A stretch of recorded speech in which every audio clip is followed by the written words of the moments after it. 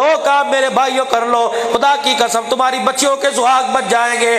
دو کام کر لو، تمہاری بہووں کی عزت بچ جائے گی۔ پہلا کام یہ، اپنے بچی کا نکاح خدا کے گھر میں کرایا کرو، مسجد کے اندر کرایا کرو، درود شریف والے ماحول میں کرایا کرو، اللہ کے گھر کے اندر ذکر والے ماحول میں کرایا کرو۔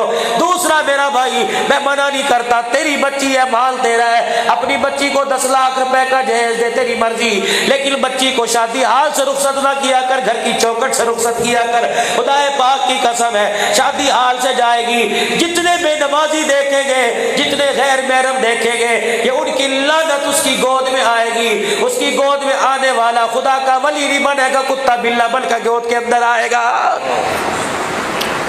دو کام کر لو خدا کے واسطے،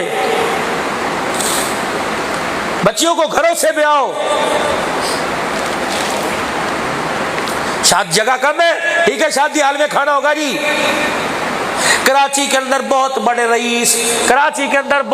رئیس نے اپنے بیٹے کی شادی کی، بہت بڑا رئیس، ولیمے پر اس نے کیا کیا، 3 آدمیوں کو بلایا، مسجد کے امام صاحب کو، مسجد کے مؤذن صاحب کو، مسجد کے خادم کو، لو جی کھاؤ، میرے بیٹے کا ولیمہ ہے، اور تو 10,000 کا بندوبست کر سکتا تھا، فرمایا 10 لاکھ کا 20 لاکھ کا کھانا کروں گا، پتہ نہیں کتنی بچیوں کا جہیز مل جائے گا۔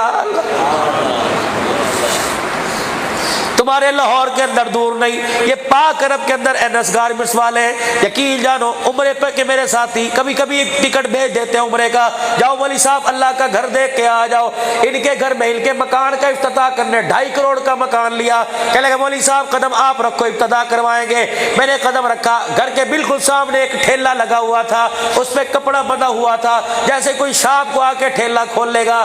مجھے طرف متوجہ ہوئے، کہنے لگا مولوی صاحب وہ دیکھتے ہو؟ میں نے کہا ہاں، یہ کیا ہے؟ فرمایا 8 دن پہلے اس آدمی کا انتقال ہو گیا، بہت بڑا ملانر تھا، بہت بڑا کاروباری آدمی تھا۔ میں نے کہا اچھا جی، کہنے لگے پتہ ہے جب لکھ پتی ککھ پتی ہو گیا، بچی کا رشتہ آیا، بچی کی شادی میں تھوڑے دن رہ گئے تھے، پھندا لٹکایا پنکھے کے ساتھ، خودکشی کری، جان دے دی۔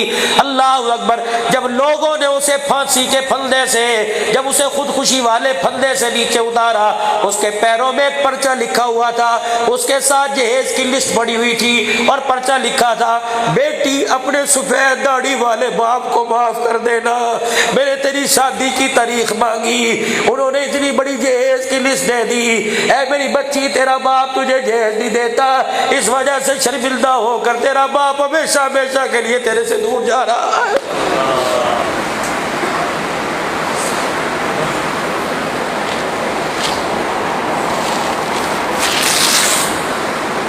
اگر بچی کو اپنی جہیز دو، خدا کے واسطے دکھاؤ مت۔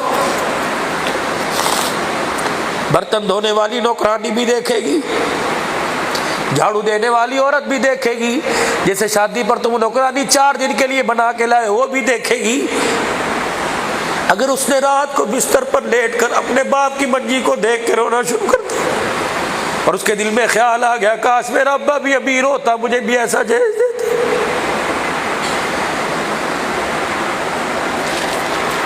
فرمایا ایسا نہ ہو کہ تیری بچی کے جسم سے اللہ لال جوڑا اتار لے،